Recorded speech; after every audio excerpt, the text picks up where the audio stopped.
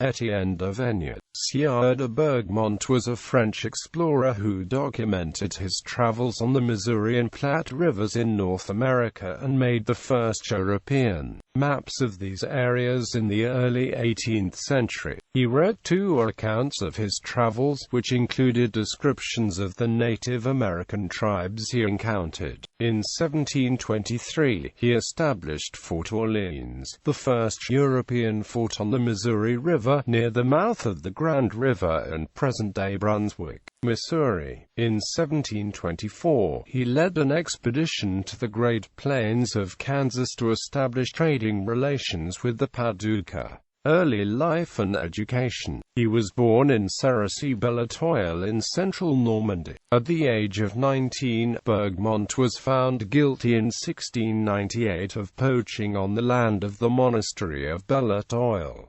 He did not pay the 100 livre fine. He is believed to have left for New France settlements in North America that year to escape imprisonment for failing to pay the fine. Early career in North America. In 1702, Bourgmont was reported to be with Charles Juchero de Street, Denis and the troops de la Marine, who were setting up a tannery for buffalo hides at the mouth of the Abbake River on the Ohio River. The tannery closed in 1703 and Bourgmont moved to Quebec. In 1705, on orders from Antoine Laumé de la Motte, Sieur de Cadillac, Bourgmont moved to Fort Pontchartrain at present-day Detroit, Michigan, where he assumed command in 1706.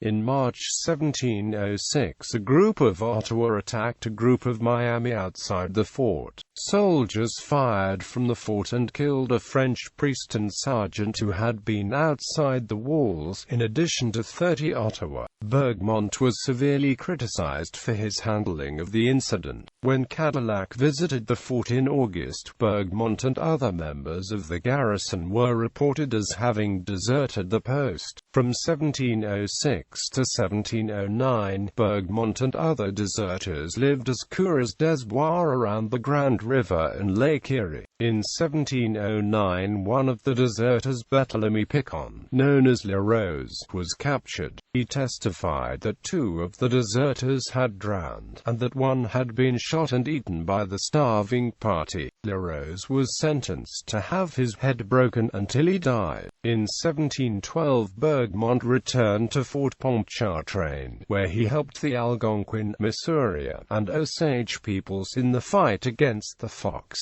Bourgmont was still an outlaw, subject to arrest. However, he traveled widely on the frontier and little effort was made to arrest him. About 1713, Cadillac apparently pardoned him because his knowledge of Indian tribes and territory were of great utility to the French. Consorts, marriages, and families. Bourgmont had an affair with a married woman, Madame Tichenette, known as the Chinette, at Fort Pontchartrain. After his desertion in 1706, the couple met up and lived among a group of deserters on an island in Lake Erie. La Chinette was the daughter of a Frenchman and an Indian woman. The couple separated and La Chinette turned up at the English town of Albany, New York in 1709, where she worked as an interpreter for the governor and lived among the English for 12 years. In 1712, Bourgmont met the daughter of the chief of the Missouri tribe near Fort Pontchartrain and accompanied her back to the Missouri village at the mouth of the Grand River in Missouri, thus beginning his long-term residence and close relationships with the Missouri. He had children with her, including a son, Le Petit Missouri, born about 1714. In 1713, Bourgmont and two other traders, also traveling with their Indian wives, visited Illinois. He scandalized the missionaries, rattled the authorities, and even angered certain exalted personages at the court of Louis XIV. Another order for his arrest came out from Paris, but Cadillac ignored it. In May 1721, after returning to Paris and gaining honors for his explorations and reports, Bourgmont married Jacqueline Bouvet des Bordeaux in his home village of Cerisy-Belletoil, Normandy. He left in June to return to New Orleans. In 1725, he accompanied a delegation of 4 leaders from the Illinois, Missouri, Osage, and Oto tribes on a visit to France. His Missouri wife was also part of the delegation. While in France, Bourgmont's Missouri wife was baptized and married to Bourgmont's close colleague, Sergeant Dubois, who returned with his new wife and the other Indians to North America. Bourgmont stayed in France, joining his French wife Jacqueline in Normandy. Sergeant Dubois was later killed by Indians, and the Missouri woman married a captain of militia. She was still alive, living in Kaskaskia, Illinois in 1752. The fate of Bourgmont's Missouri son is unknown, as the last record of him is in 1724. Bourgmont and his French wife, Jacqueline, had 4 children, all of whom died young. Another woman enters the story during Bourgmont's French marriage. In 1728, Marie-Angelique, the Paducah slave of Bourgmont, was baptized in Saint-Racy. 4 years later, in 1732, she married. She had a 6-week-old son who was legitimized by the wedding ceremony.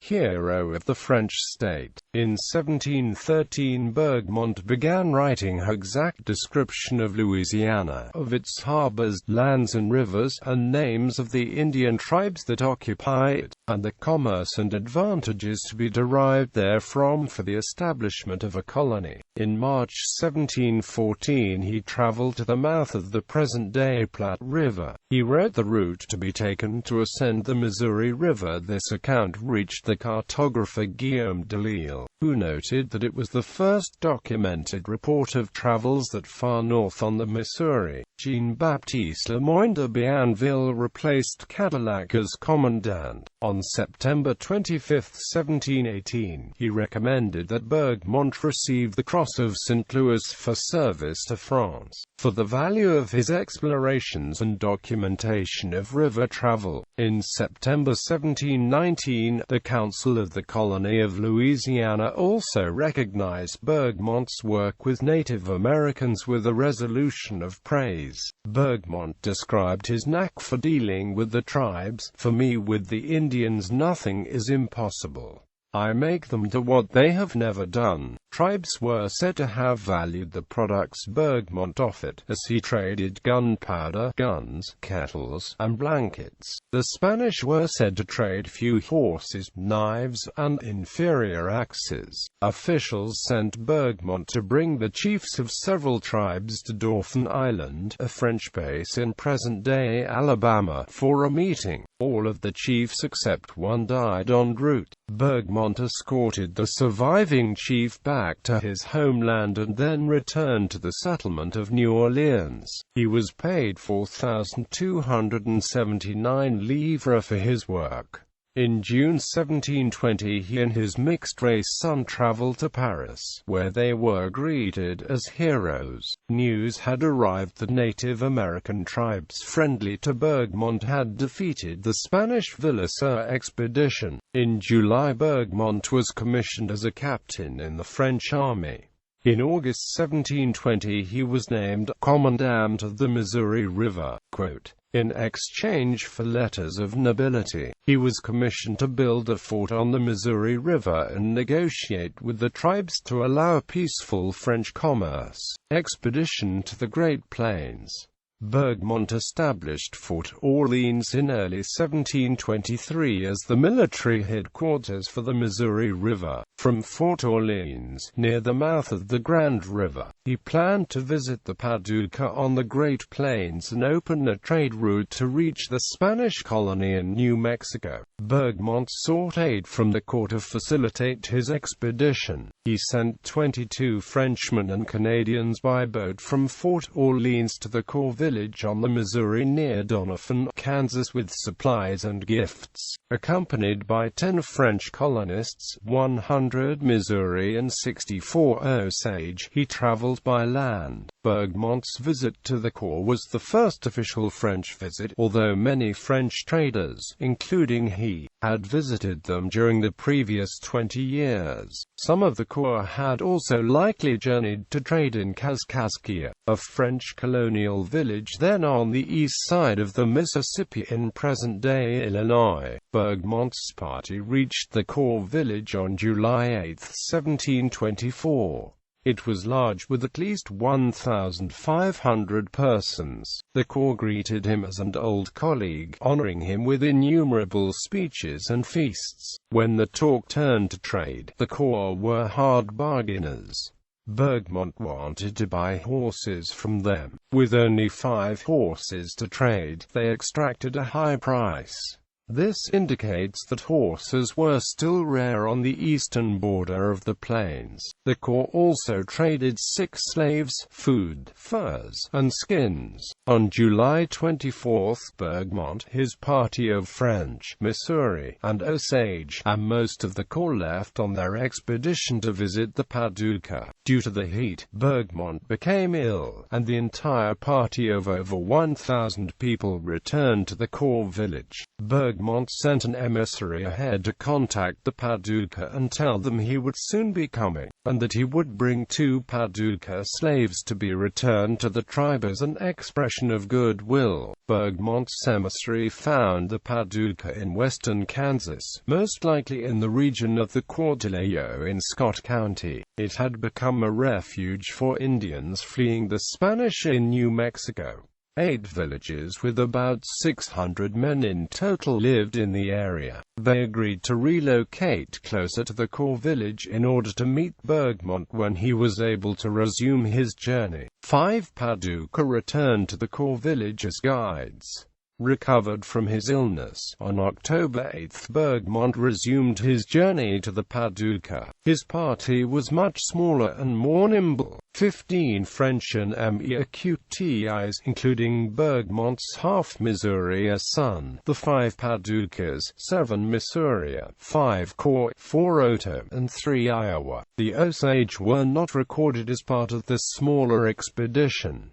10 horses carried the baggage. The party proceeded southwest, and on October 11 at the crossing of the Kansas River, near present-day Rossville, Bourgmont recorded seeing buffalo. The expedition passed through innumerable buffalo, a hunter's paradise.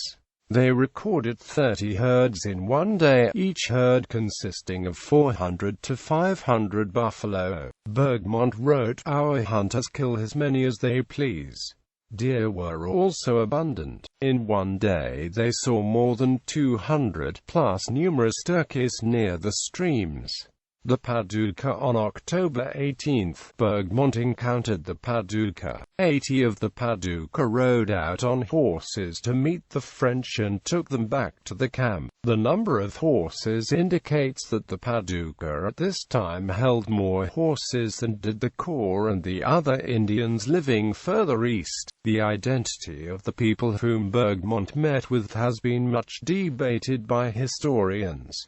The French later referred to the Comanche as Paducah. Most historians and anthropologists have come to agree that Bourgmont's Paducah were likely the Apache Indians. Bourgmont was given an honored welcome. With his son and 2 other French explorers, he was seated on a buffalo robe. They were carried to the tent of the Paducah chief for a great feast. The next day Bourgmont assembled his trade goods and divided them into lots.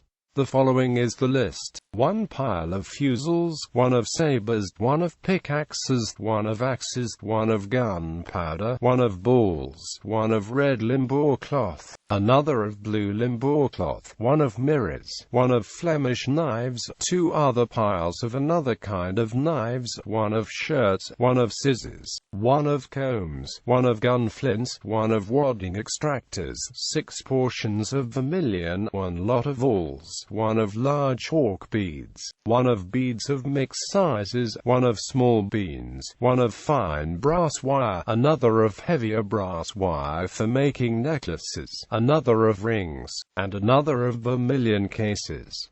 The Paducah had never seen such a variety of European goods. They were frightened of the guns. Bourgmont assembled 200 of the Apache chiefs and discussed the need for peace among all tribes. He implored them to allow the French traders to pass through the lands en route to the Spanish settlements in New Mexico. Next, he invited the chiefs to take what they wanted of the merchandise. He estimated that the village contained 140 dwellings, about 800 men, more than 1,500 women, and about 2,000 children. The imbalance between men and women indicates that the life of an Apache man was hazardous. The dwellings were large enough to house 30 people to live in each. The Apache chief said that he had 12 villages under his control and together 4 times the number of people as in this village, or about 16,000. The Apache lived in a large territory extending more than 200 leagues. Bourgmont wrote that the Apache maintained permanent villages. They sent out regular hunting parties in groups of 50 to 100 households. As one hunting party returned, another would leave, so that the village was occupied at all times. They apparently journeyed up to 5 or 6 days from the village to hunt. The Apache sowed a little corn and pumpkins. They obtained tobacco and horses from trade with the Spanish in New Mexico in exchange for tanned buffalo skins. It is unclear whether the Spanish ventured out on the plains to visit the Apache villages, or whether the Apaches traveled to the Spanish settlements.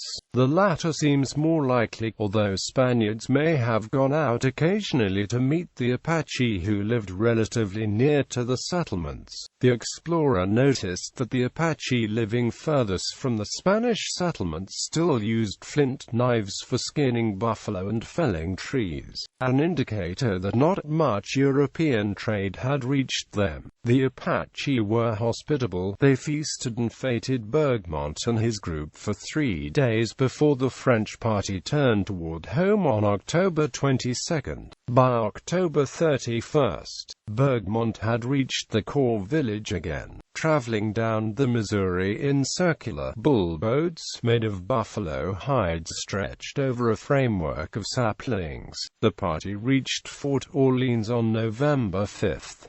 Bourgmont thought his expedition had been successful, but little came of it. Within about a decade, the Apache whom he had met in Kansas were gone, pushed south by an aggressive tribe migrating from the Rocky Mountains and sweeping all before them, the Comanche. The location of the Paducah. Scholars examining documents and geography have determined that the Apache village was probably located on the Little Arkansas River near Lyons, Kansas, the same location where Francisco Vasquez de Coronado had found Quivira 173 years earlier while hunting for tribes with gold. But the Wichita Indians, whom Coronado met in Quivira, were no longer there. It appears that they had been pushed south and east by the Apache, who, in the turn, would be pushed south by the Comanche. Return to France. In 1725, Bourgmont was authorized to invite and accompany representatives of the tribes to Paris. The chiefs were to be shown the wonders and power of France, including a visit to Versailles, Château de Marly and Fontainebleau, hunting in the royal forest with Louis XV, and seeing an opera. His Missouri wife was listed officially as a servant. In late 1725, the tribe's leaders and his Missouri wife returned to North America. Bourgmont stayed in Normandy with his French wife, where he had been elevated to Équerre. The French did not continue to support Fort Orleans, and it was abandoned in 1726. Bourgmont died in France in 1734.